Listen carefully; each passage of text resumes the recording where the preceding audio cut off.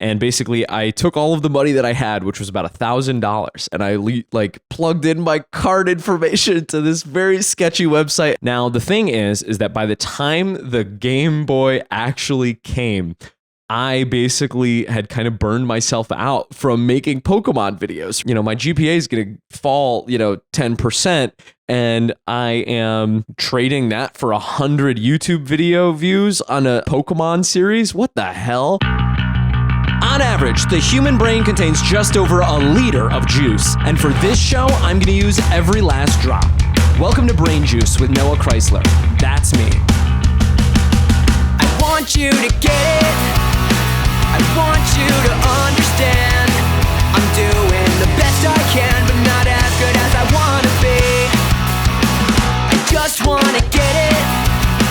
I just want to comprehend that I have to make amends with the monster inside of me.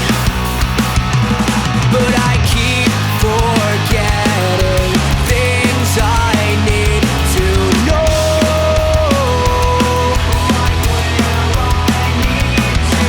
Where I'm from becomes the great unknown. And I can't seem to get it.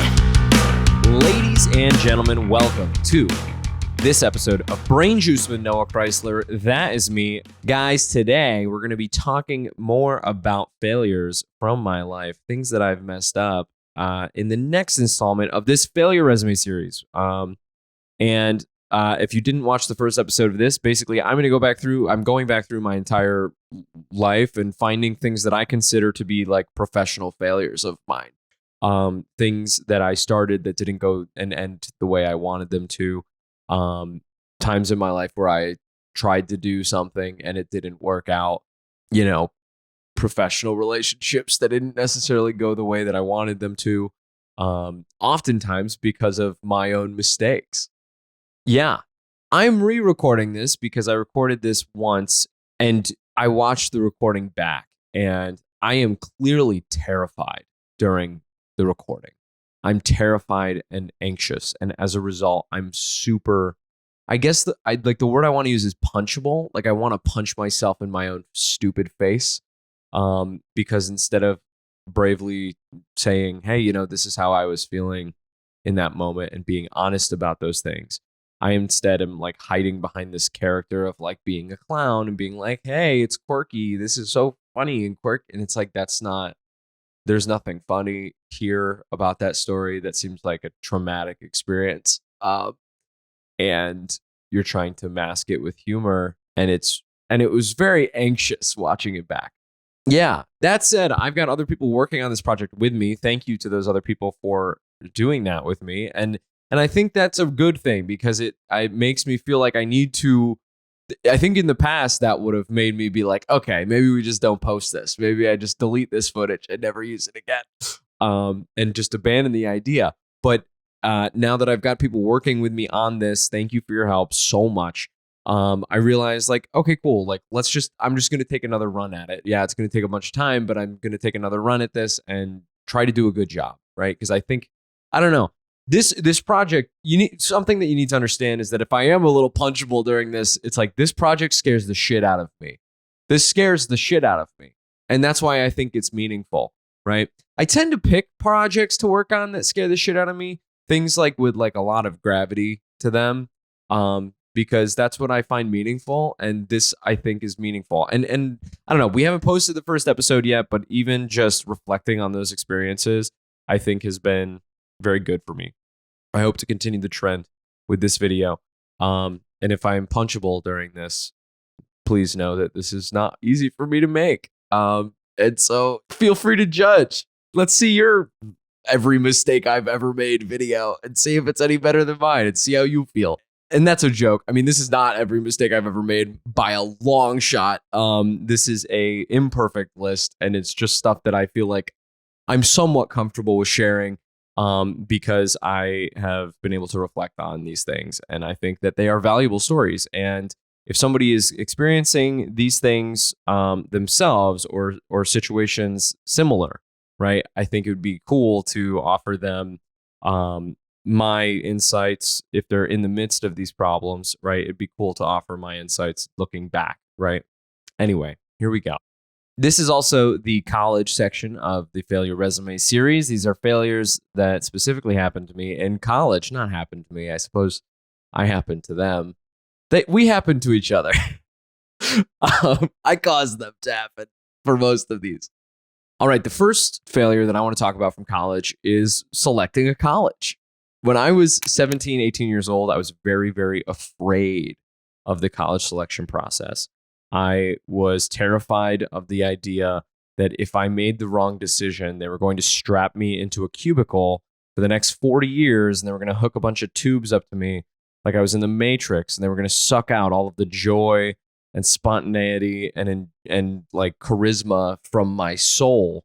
And the company was going to use that charisma and joy and just suck me dry, like, again, like a battery dude in the Matrix, and then use that to fuel capitalism and to make more money, right? I didn't really understand career stuff, right? This was a very all-encompassing problem for me, and I felt terrified. I don't know how to explain the existential fear that I felt in high school, because I think in the back of my mind, I knew that I wanted to do video production and video stuff. But what I really, really wanted to do was like make YouTube videos and like do online content stuff. And that traditional paths for that didn't really exist at that time.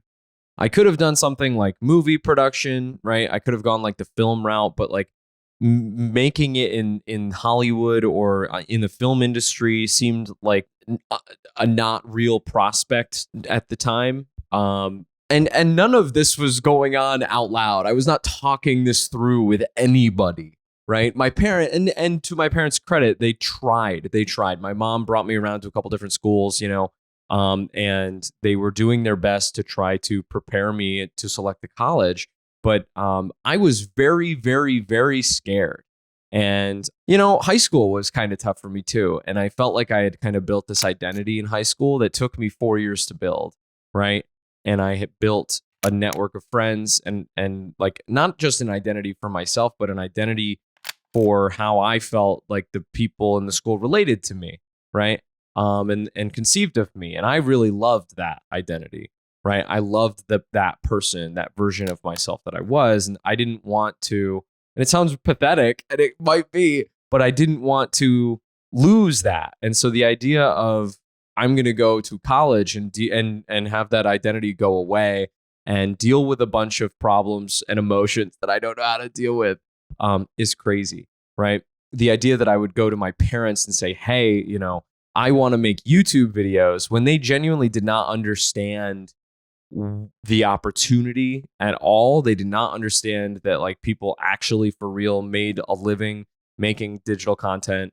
They were doing their best to understand, but they didn't really truly get it because they did not grow up with it. And so it felt like I could not talk to them about that. And that's not a failure on their end. Like it is also a failure on my end, right? Because there's a lot of things going on behind the scenes in my mind that like I could not bring myself to speak about.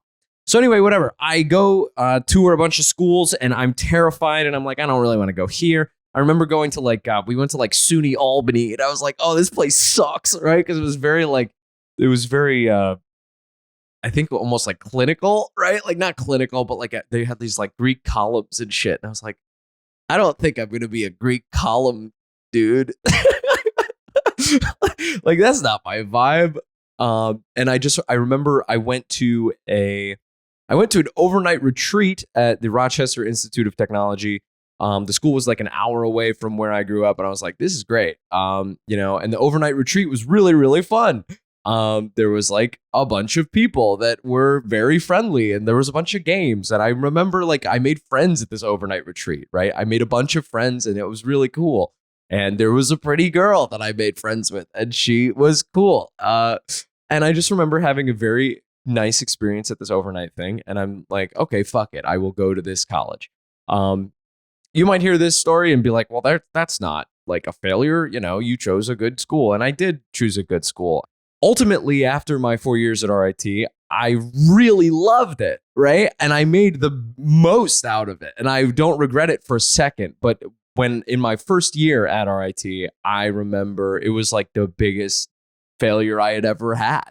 And so I went to RIT. I just remember in my first year being away from family, being away from all of my friends, and not having really any friends, and suddenly being in an engineering school, right? I declared engineering as my major in my first year.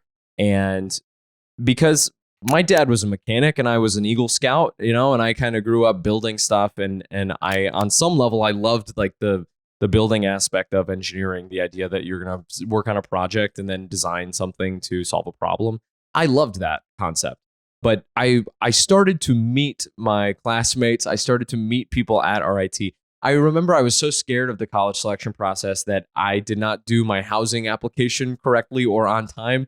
And so basically I was like kind of like stuck in like, my housing situation was really weird. They had me in like temporary housing for a bit because the class was huge. And then they moved me in with like a randomly assigned roommate who I became good friends with.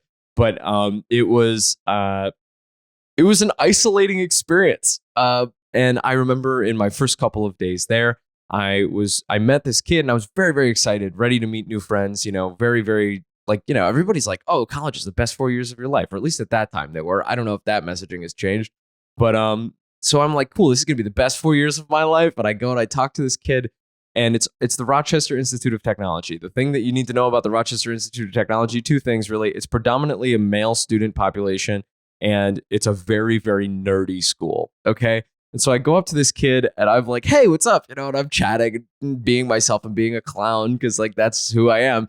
And I'm like, making small talk with this guy. And I just remember this dude and he goes, hey, can you stop speaking to me? And I'm like, what? He's like, just please stop talking to me. I'm like, okay. He goes, I'm trying to play Metroid on my Game Boy Advance SP and I don't want to talk to you. It was like, oh, okay. And I get it, man. Like, I like Game Boys. I like Metroid. Sure. But I was not prepared for that level of honesty. And I also was not prepared for, somebody with such like different values than me, right? It's like, and I met a lot of that at RIT where it's like, oh, I care about these things and I care about them a lot. And I'm really good at these things. And I'm like, okay, well, like, okay.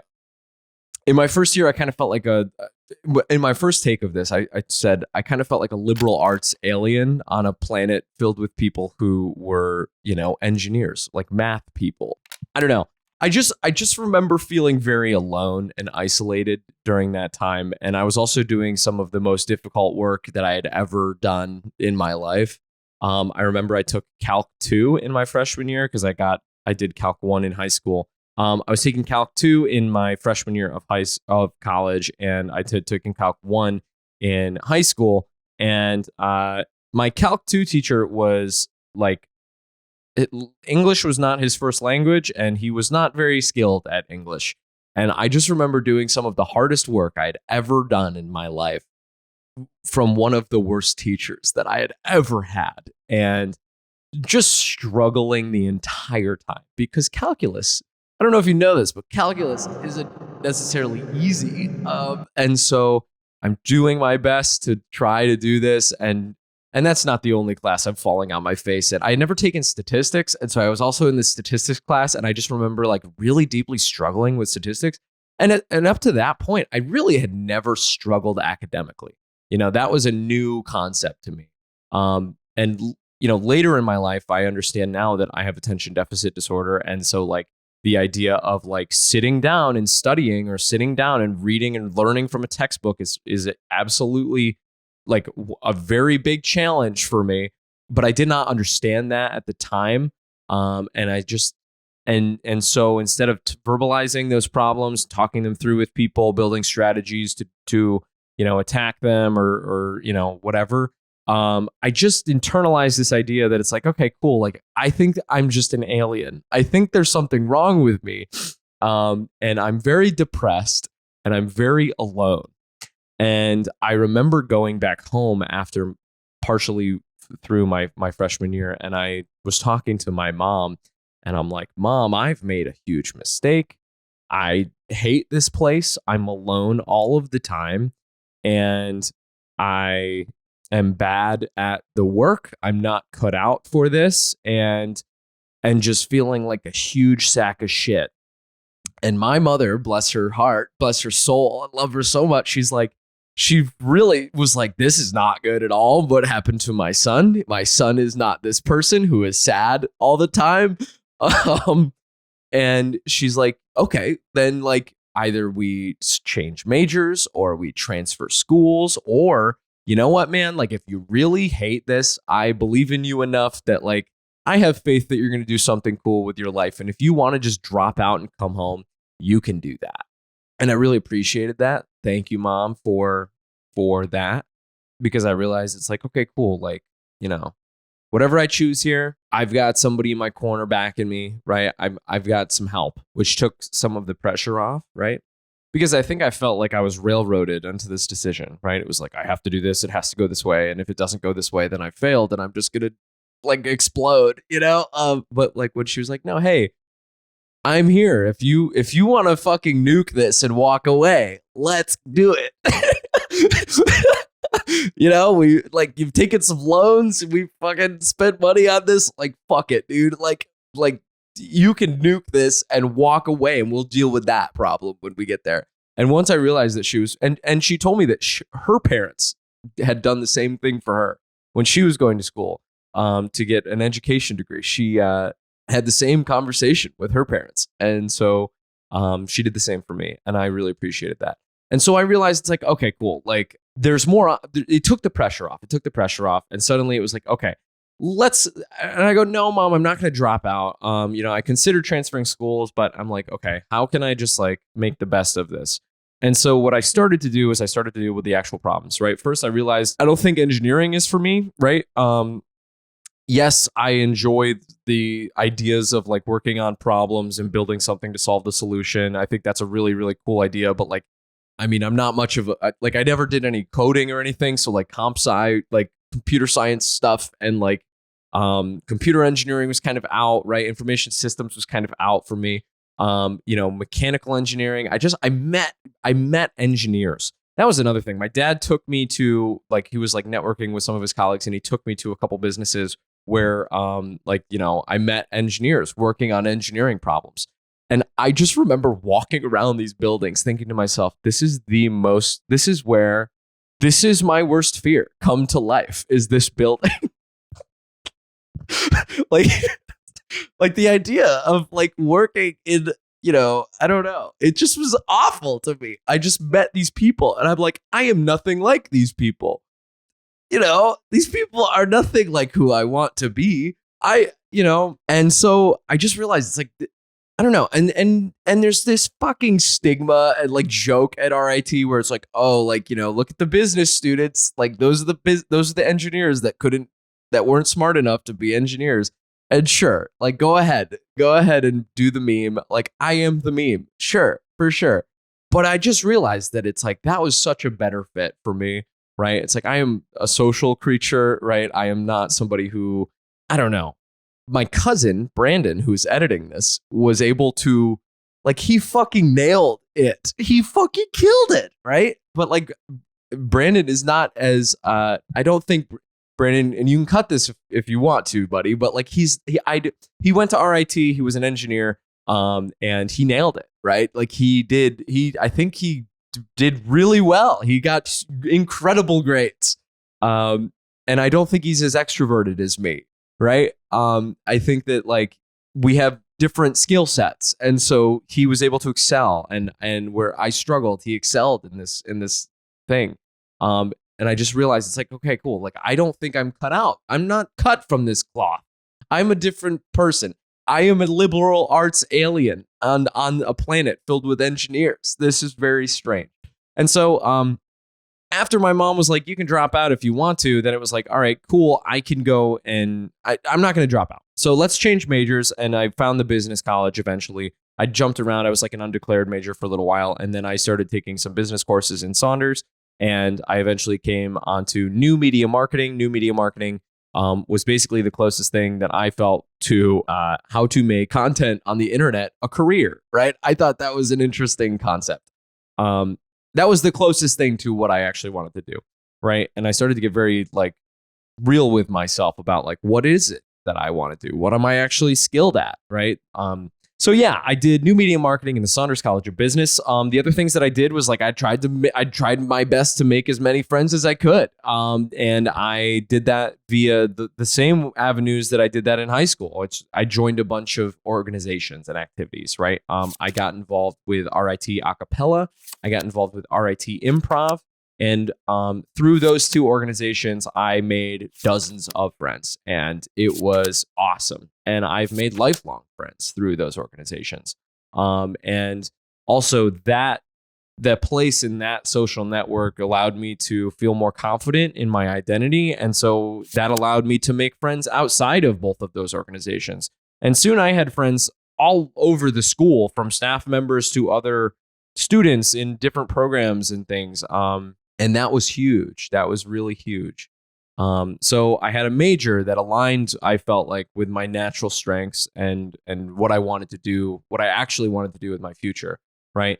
And I had organizations where I had an identity, and it allowed me to refine and shape that identity and also work on things that I was interested in, right? Because I really loved the performance element of a cappella, and I really loved improv comedy, right? Because it's like, how do you make entertainment? How do you make it on the fly? Like, improv is been a lifelong love of mine.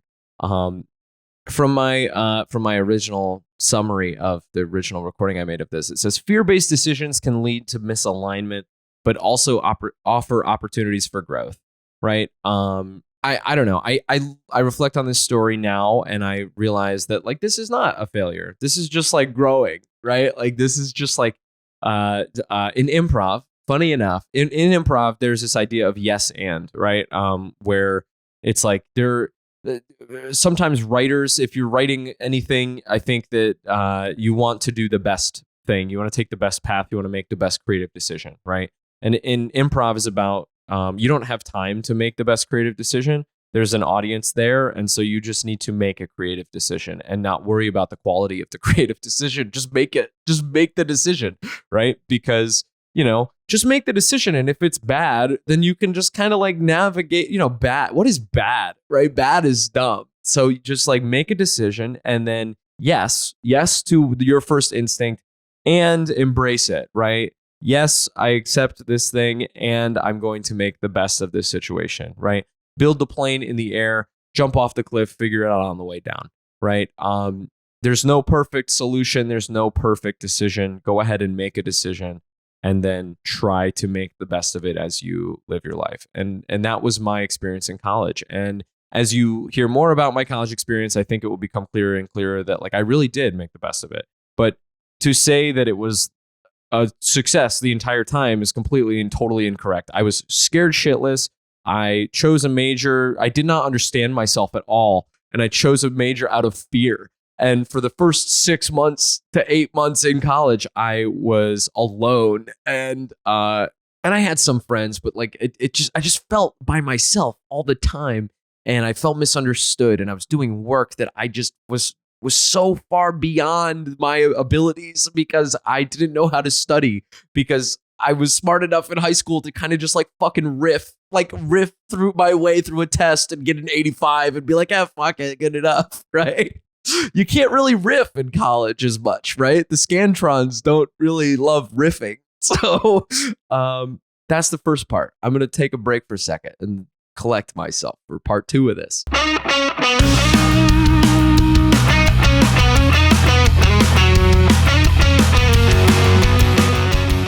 Ladies and gentlemen, thank you so much for watching and listening to this episode of Brain Juice with Noah Chrysler.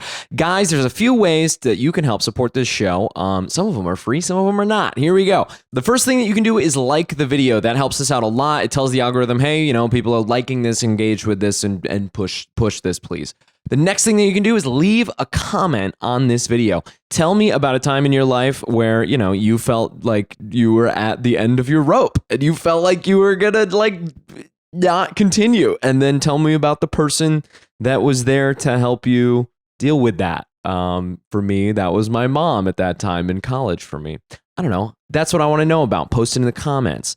Guys, next thing you could do is if this episode really resonated with you, send this to somebody that it made you think about, right? Maybe it's that person that helped you out at that time. Maybe it's somebody who you think had a similar path. Send this video to them. I would really appreciate that. Another way you could help the show out is by leaving a review of this show on your favorite podcasting platform, whether it's Apple Podcasts, Spotify, literally whatever you want. That would be really, really cool. Guys, if you're feeling generous, you can go over and support the show on Patreon. That's patreon.com/Noah Chrysler. On Patreon, there are 3 different levels of support. Each one has different unique benefits. One includes like a personalized call with me. Another one includes like you get to...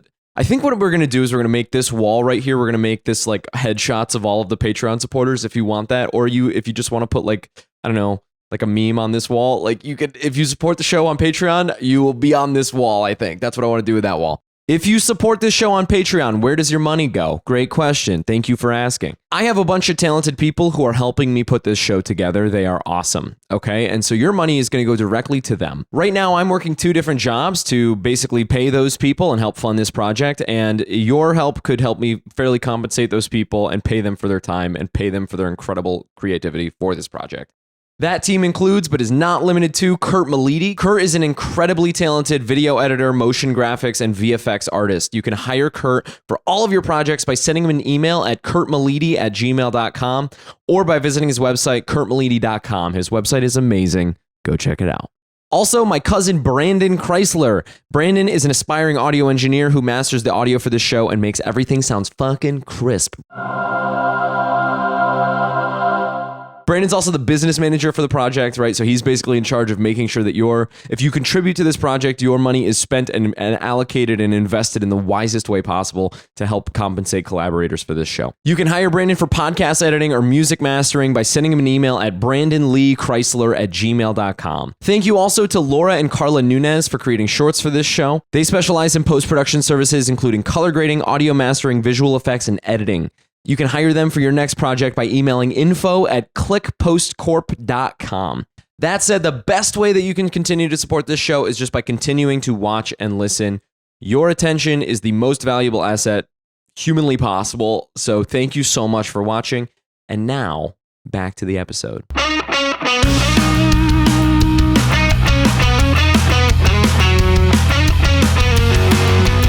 All right, story number 2 from college failures. In college, I attempted to become a Pokemon YouTuber. These are known online in the Pokemon YouTuber community as PokeTubers. During that time of my life, I was a very, very, very big fan of someone named Shady Penguin. He had 2 videos a day coming my way. We'll keep 2 videos a day coming your way. That is what I say now today. Like I said, episode 50. That is what he says. Now today, he was posting a lot. His career was taking off, right? It was this guy that worked in a grocery store that he went on this story arc where like basically he accepted the idea that people might make fun of him for making Pokemon content, right? He worked at a grocery store. He was managing a grocery store, accepted the idea that he loves Pokemon, he loves competitive Pokemon, and that if he was going to just make a bunch of Pokemon videos and fuck what everybody else thought, and did that. His career blew the fuck up. And his videos were different because he was doing live commentary at a time when that really wasn't happening. And he was doing it as he was doing like actual play, right? Actual competitive play. And so his career took off and he was just posting 2 videos every single day, which is an insane level of output. And I was a huge fan of this guy and I looked up to him a lot. And I'm like, I want to do that. Good artists copy, great artists steal, right? Steve Jobs, or I think he stole that quote from somebody else. So I'm like, cool, I'm just going to like copy and paste this dude's path into my life. That sounds great. Because I kind of, again, was not happy with the path that I was on. I was an engineer. I'm like, we need to shake this up. So I start making like Let's Play videos in college. I started playing Pokemon Fire Red. I did a randomized Nuzlocke. If none of these words mean anything to you, don't worry, they're not that important. I basically just made a bunch of like cookie cutter bread and butter Pokemon YouTube videos that are all they're on my channel, but I have privated them all, and maybe someday I will put them in a playlist and let that playlist live there.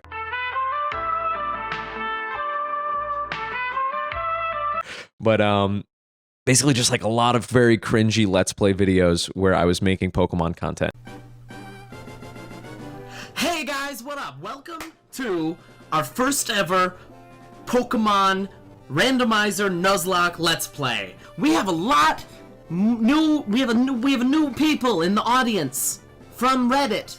And I was boxed in. I had this constraint where I couldn't play the new games and get high quality footage of those new games because they were 3DS games, and at that time you could not emulate those games yet because they hadn't been cracked for the PC.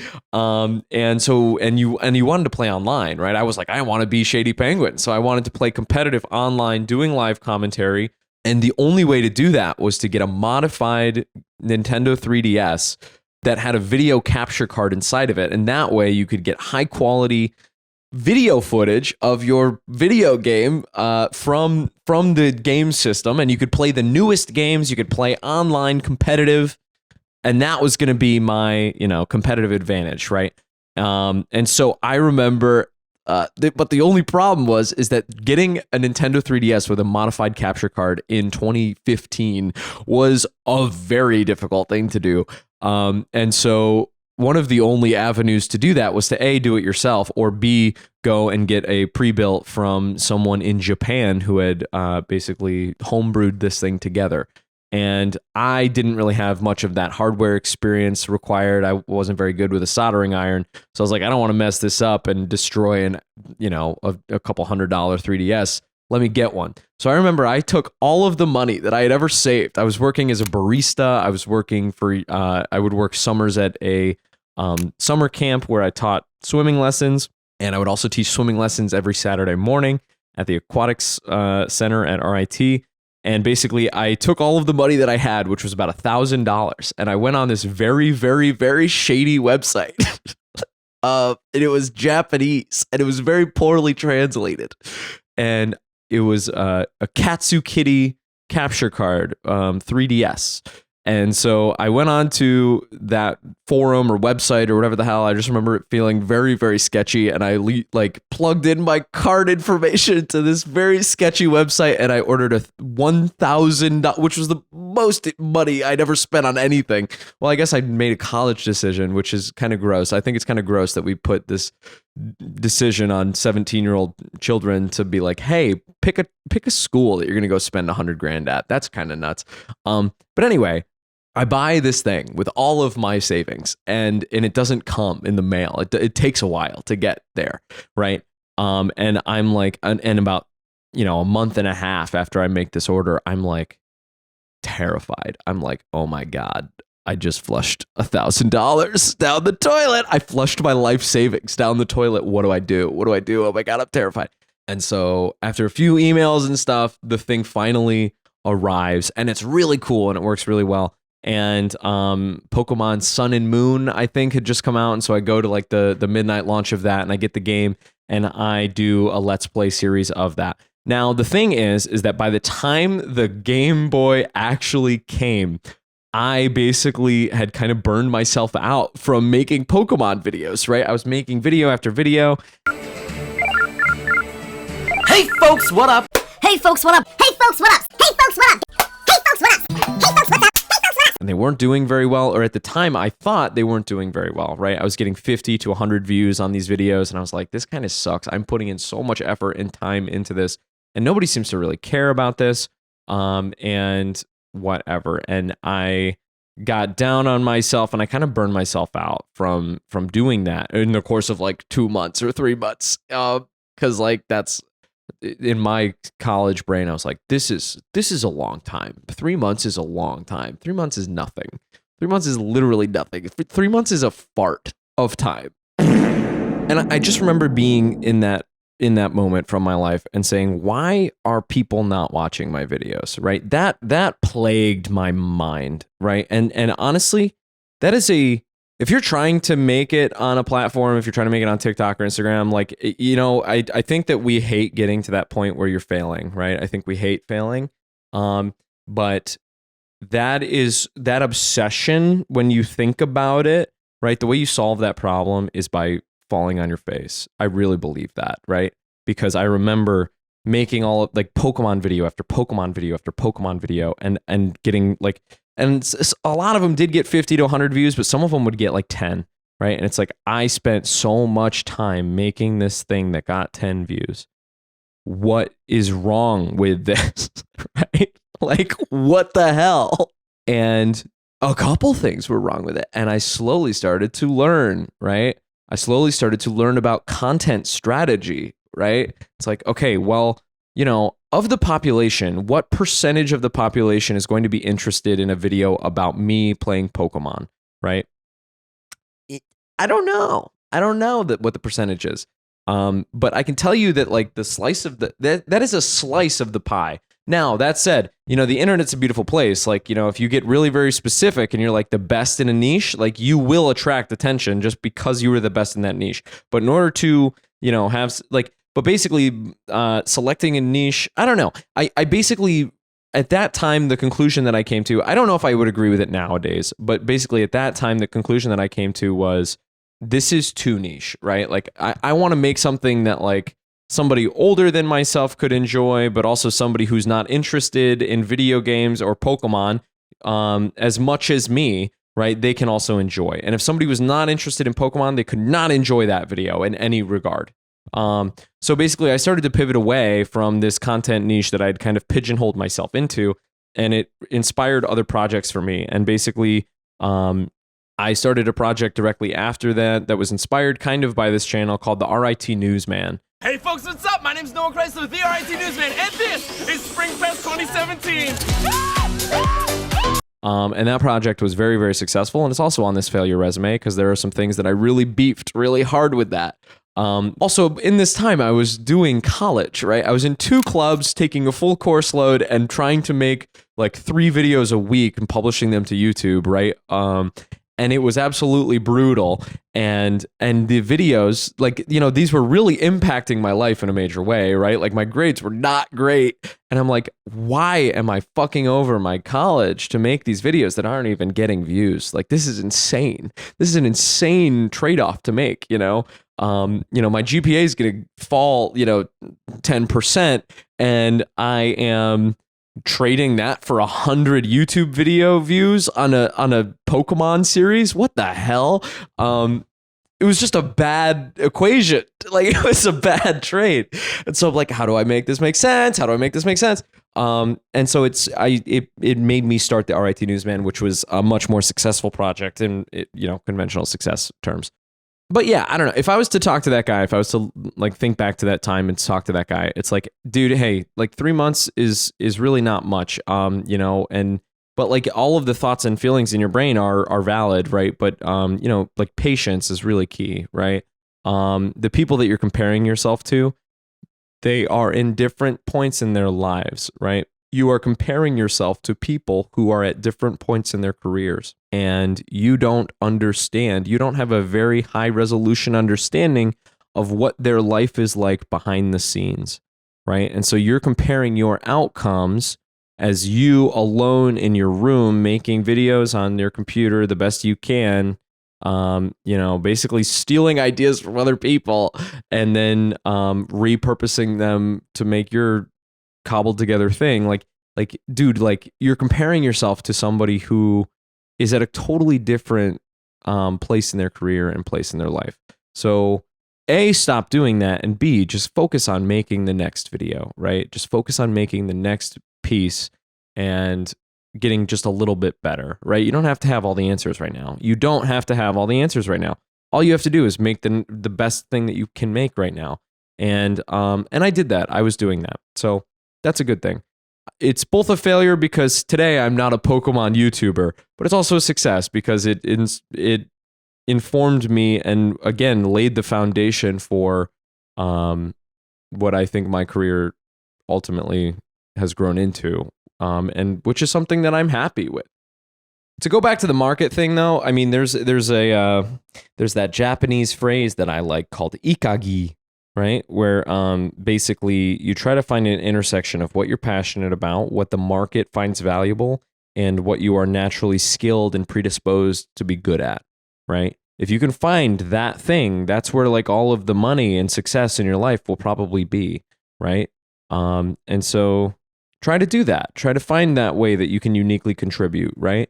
And that's hard. That's really hard to do. That is really hard to do. And so you're going to probably make some mistakes in trying to find that, and that's okay. And the fastest way there is to not think about it. It's to not think about it and come up with the perfect fucking thing that you've reverse engineered because you know this, and this, because you're so smart and you made the best plan.